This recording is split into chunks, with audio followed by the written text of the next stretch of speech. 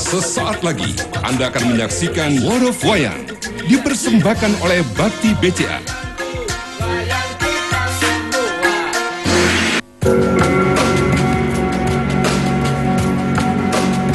Aksi jagoan-jagoan pewayangan bisa ditampilkan tidak hanya melalui sabetan dalang di balik kelir. Mereka dapat beraksi dan membagikan pesan kebaikan melalui goresan tinta. Dalam panel-panel komik, kisah mereka dituturkan. Inilah kamus hidup, jalan kehidupan tak akan pernah lekang walau dimakan zaman. Bukan hanya di sini kau wayang berteman, juga di belahan bumi orang mengaguminya. Warisan berharga melebihi emas permata dari Indonesia, wayang untuk dunia. Wayangmu, wayangku, wayang kita semua. World of Wayang.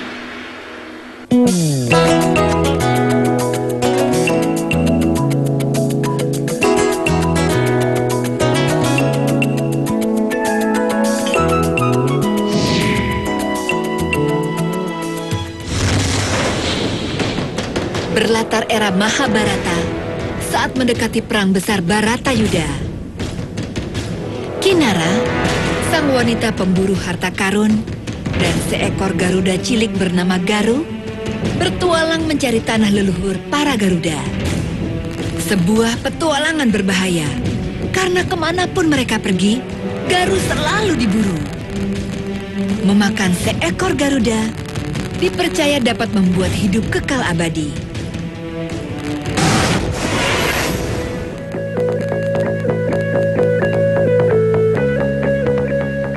Inilah kisah perjalanan Garuda dalam komik Garudayana, karya Is Yuniarto asal Surabaya.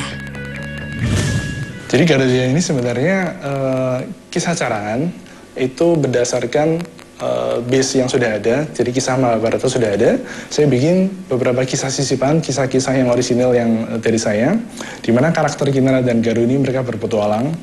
Lalu petualangan mereka yang melibatkan Pandawa dan Astina dan Kurawa.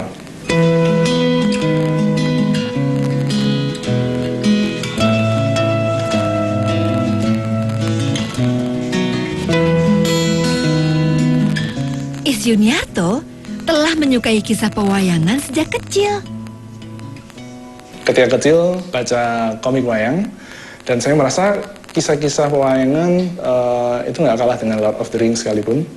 Banyak kisah-kisah herois, banyak kisah-kisah peperangan yang spektakuler. Tujuan saya bikin Garudayana itu saya pengen banget kenalin komik atau kisah wayang kepada generasi muda zaman sekarang, di mana yang mereka mungkin aksesnya ada, tapi ketertarikannya kurang.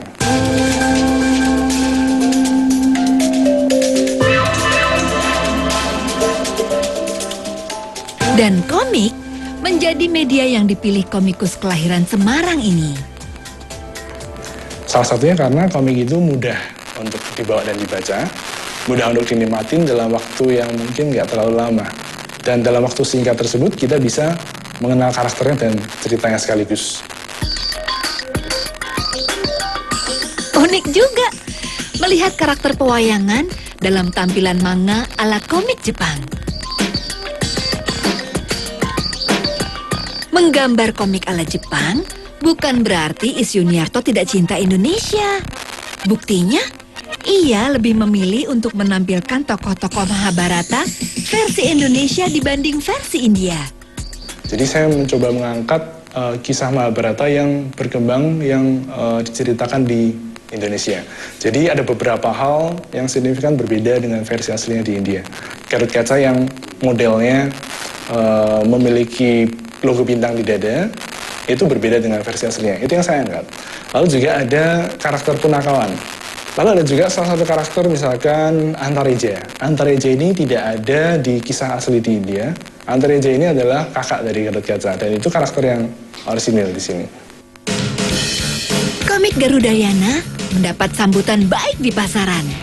Bahkan sejumlah komunitas cosplay membuat kostum yang terinspirasi dari Garudayana. Komunitas wayang kosu dari Bandung salah satunya.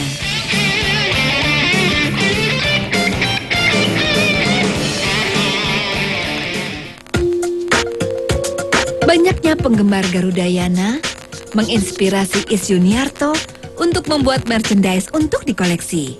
Jadi orang yang suka baca komik itu pada umumnya suka main game, suka koleksi karakternya. Dan ketika misalkan merchandise kaos, orang yang suka kaos, suka karakter wayang, tapi dia nggak baca komiknya Garudayana, pada akhirnya dia akan tahu dari kaosnya. Jadi saling timbal balik. Orang yang tahu kaosnya, pada akhirnya kenal komiknya dan sebaliknya.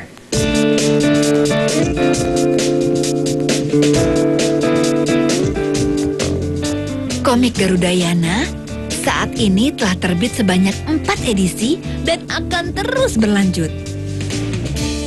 Is Yuniarto pun kini tengah mewujudkan mimpinya untuk menghidupkan Kinara dan Garu dalam bentuk serial animasi atau anime.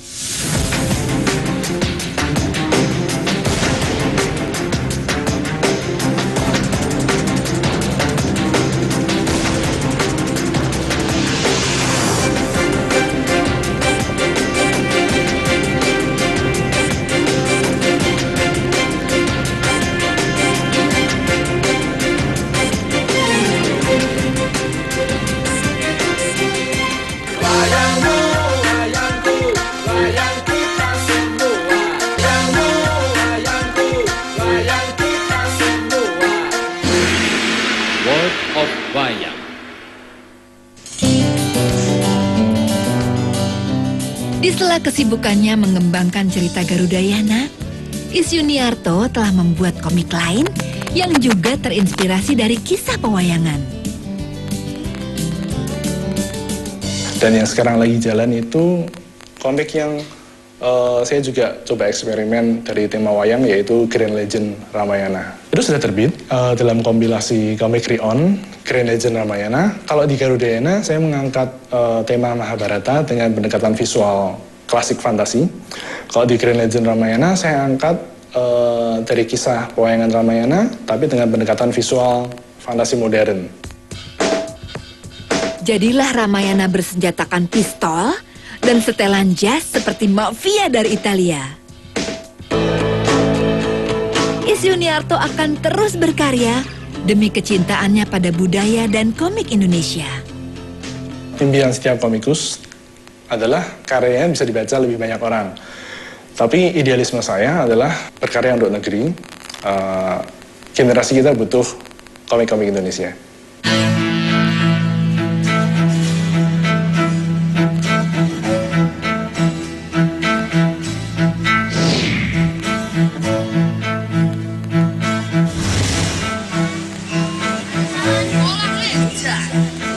Jika diajak menonton pertunjukan wayang, anak-anak zaman sekarang bisa jadi akan bosan.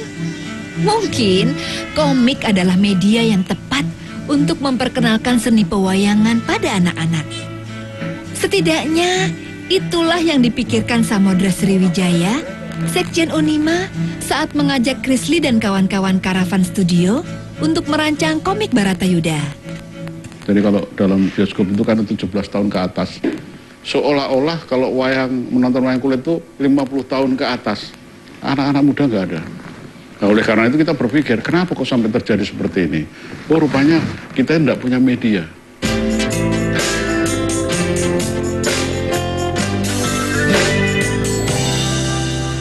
Pak Susanto mengutarakan keinginannya untuk membuat komik yang tujuannya adalah memperkenalkan wayang kepada anak kecil sebenarnya, anak SD sebenarnya.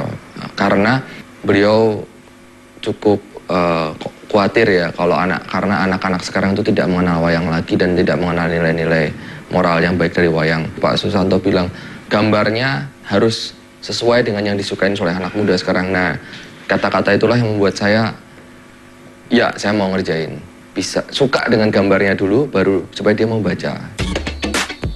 Maka, hadirlah komik yang mengangkat kisah peperangan besar Pandawa melawan Kurawa.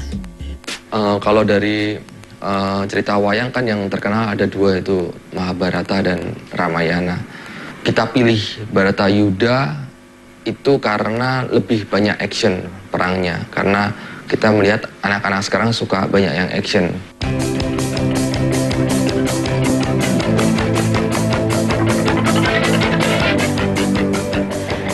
Prayogo adalah penulisnya. Saya bilang sama adik, usulan lah Baratayuda ini mau diapain supaya bagus dan bisa cocok untuk anak-anak sekarang. Yaitu saya mencari karakter baru yang belum pernah diceritakan di sebelumnya, yang merupakan karakter anak-anak. Jadi saya masukkan karakter Jaras dan Asoka, si kembar. Kita melihat perang Baratayuda dari kacamata anak-anak yang menyaksikannya. Perang besar dalam sudut pandang anak-anak haruslah fantastis, tapi tidak boleh sadis. Akan ada beberapa yang cerita aslinya di Baratayuda akan dihilangkan. Misalnya ada adegan yang Gatot Kaca melindungi Abimanyu yang berbohong. Jadi yang akan disampaikan adalah sisi-sisi yang baiknya. Jadi hormat kepada guru dan orang tua. Kemudian cinta kepada negara. Jadi rela berkorban untuk negara. Seperti itu. Kalau yang sisi-sisi buruknya kita nggak akan ceritakan. Naskah Andik kemudian diterjemahkan dalam gambar. Komik Baratayuda tampil penuh warna. Afif adalah ilustrator dan pengarah artistik komik ini. Saya punya referensi komik atau film kartun yang populer. Saya biasanya samain misal ketika saya ngedesain Arjuna, saya ingat Arjuna itu kayak apa sih orangnya. Mungkin kayak kalau udah nonton Lord of the Ring ada tuh karakter Legolas. Oh, dia pemanah, hampir sama. Saya combine dari situ. Komik Baratayuda ini akan diterbitkan 40 jilid. Untuk ukuran komik Indonesia zaman modern ini ya, mungkin tahun 80 ke atas nih, belum pernah ada komik Indonesia yang bisa 40 jilid. Karena kan kita skip Mahabharata, jadi otomatis untuk menjelaskan di Baratayuda kita akan flashback untuk menceritakan seperti asal muasal Gatot Kaca, itu kita akan flashback. Kemudian Sri Kandi juga akan flashback. Ini ya mula-mula para sesepuh wayang itu tidak begitu tidak begitu pas melihat bentuk wayang ini. Tapi saya ceritakan ini media pertama supaya anak-anak tertarik dulu. Setelah tertarik baru nanti kita isi dengan sesuai dengan pakem Baratayuda dan Ramayana. Gitu. Perang Baratayuda telah ditakdirkan oleh para dewa. Tapi bagaimana jika ada kelompok yang ingin mencegah perang itu terjadi?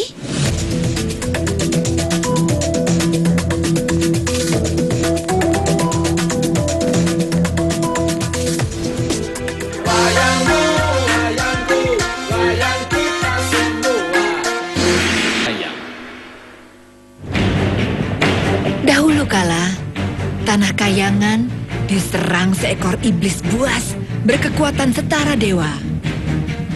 Untuk menghabisinya, 3 dewa terkuat di Kayangan terpaksa memakai ajian terlarang untuk menciptakan iblis yang lebih buas guna melindungi tanah mereka.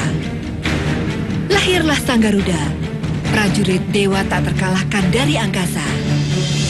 Kini, setelah semua usai, 2 iblis tersebut tak terdengar lagi kabarnya.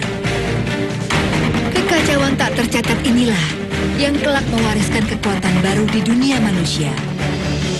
Kekuatan untuk melahirkan prajurit dewa baru. Cerita tadi adalah prolog dari sebuah komik karya seorang pemuda kreatif asal Bandung.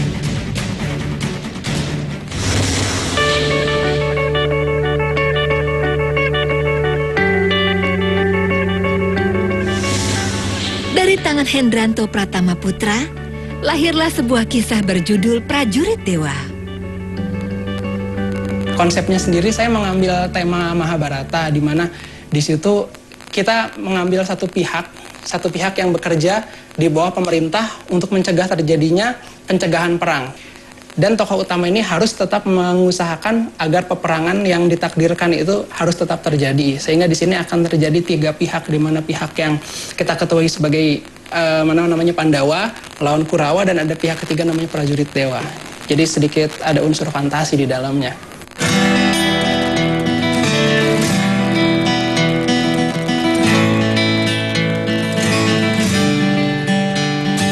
Hendranto menuangkan imajinasinya ke dalam panel-panel komik ini. Selain membawa karakter asli Mahabharata, Hendranto juga menampilkan karakter ciptaannya sendiri. Tokoh-tokoh utama di Prajurit Dewa, saya ada beberapa yang ngambil karakter sendiri. Jadi saya bikin karakter namanya Mandala. Dia ini seorang pemuda yang punya kemampuan untuk berubah menjadi Garuda. Di situ dia menjadi salah satu orang yang terpilih untuk mencegah terjadinya pemberontakan. Kisah Prajurit Dewa adalah salah satu cerita yang ada dalam komik kompilasi Koloni Jagoan. Kisah Prajurit Dewa memang unik karena mengambil sudut pandang tak biasa yang terjadi dalam Perang Baratayuda. Saya sendiri karena memulainya dari membaca cerita wayang, saya melihat ada keunikan bahwa ternyata dalam Mahabharata ada suatu perang yang memang sudah ditakdirkan, tidak bisa dicegah oleh dewa. Saya secara logis berpikir bahwa kita kalau ada perang, kita pengen mencegah, kita pengen hidup damai. Tapi bagaimana jika perang itu memang sudah ditakdirkan terjadi? Itu kehendak dewa, mungkin itu yang terbaik. Kita harus membantu bagaimana agar kehendak dewa itu tetap terjadi. Maka itu dewa menurunkan prajurit yang nantinya menjadi prajurit dewa itu. Strategi Hendranto untuk memasarkan karyanya adalah mengawalinya melalui jejaring sosial. Hendranto mengunggah karya-karyanya dan mengumpulkan banyak penggemar.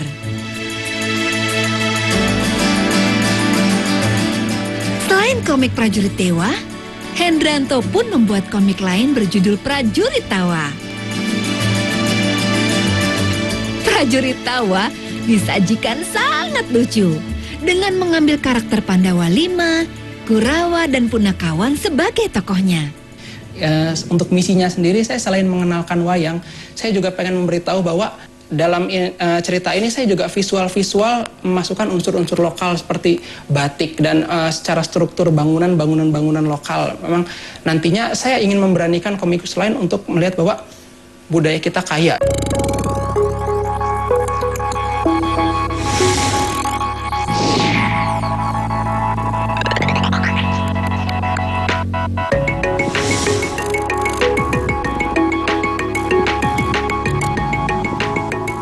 Komik wayang Indonesia mengalami masa kejayaan pada dekade 70 hingga 80-an. Ada cukup banyak komikus yang terkenal pada masa itu. Mulai dari Ardi Soma, Urip, hingga Teguh Santosa.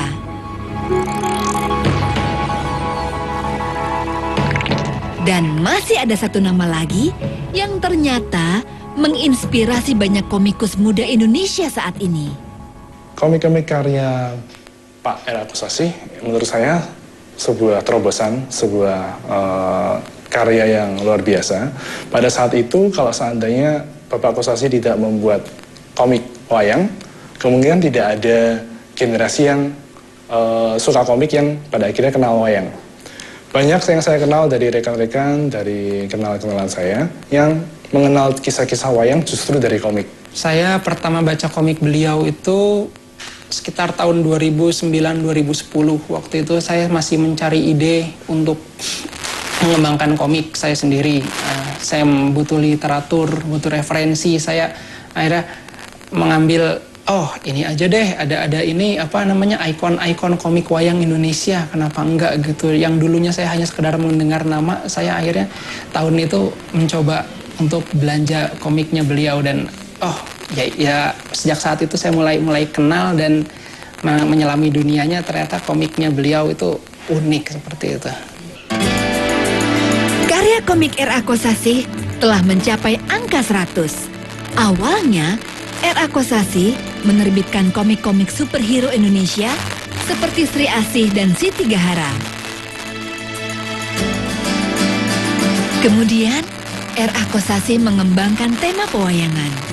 Bukan tanpa hambatan, pihak penerbit sempat khawatir komik wayang tidak akan laku karena kisah-kisah wayang dianggap sakral oleh banyak kalangan. Untungnya, ada toko buku Maranatha yang bersedia menerbitkan komik-komik wayang R.A. Kosasih. Toko buku yang berlokasi di kota Bandung ini dikelola oleh Erlina dan almarhum suaminya yang merupakan sahabat dekat R.A. Kosasih. Karena dia dulu bekerja di Kementerian kesehatan. Jadi dia dulu melukis itu, misalnya tanaman ini ada apa gitu hamanya. Jadi dia lukis tuh mendetail gitu. Terus dia coba-coba melukis dengan alur cerita gitu. Jadi sama si memang diberi itunya buku aslinya yang berupa tulisan. Pak Kosasih menguraikan dengan lukisan gitu. Itu jadi nggak boleh keluar dari alur itu. Secara teknis, goresan tangan R.A. Kosasih sangat berkarakter. Dan karakter itu secara tidak langsung telah mempengaruhi para seniman muda ini. Komiknya beliau ini saya rasa pada zamannya itu adalah sebuah mahakarya dan mungkin sampai sekarang masih jadi mahakarya karena pada saat itu wayang, namanya lakon wayang itu masih diceritakan di belakang layar gitu, dari panggung, wayang kulit, wayang golek. Jadi orang yang tidak harus nonton semalam suntuk, orang yang bisa baca kapanpun, mereka tetap bisa tahu karena zaman dulu juga kan kayak lakon Baratayuda sendiri sakral, tidak bisa dimainkan di sembarang waktu. Tapi dengan komik kita bisa kapanpun gitu mengerti, memahami jalan ceritanya. R.A. Kosasih seolah tak ingin berhenti berkarya, bahkan hingga berpulang kepada Sang Pencipta tahun 2012 lalu. Tak bisa dipungkiri, R.A. Kosasih telah berjasa memperkenalkan wayang pada generasi penerusnya. Semangat berkarya berhasil ia turunkan kepada para pemegang tongkat estafet budaya. Saya terinspirasi dan termotivasi untuk berkarya karena saya ngelihat semangat untuk berkarya saya semakin tinggi karena ya itu tadi dengan keterbatasan yang dia miliki di zamannya dia bisa membuat mahakarya. Jadi buat saya karya-karya Bapak R.A. Kosasih adalah sebuah pelopor untuk kemajuan komik Indonesia. Everlasting. Mungkin itulah kata yang tepat untuk menggambarkan pewayangan Indonesia.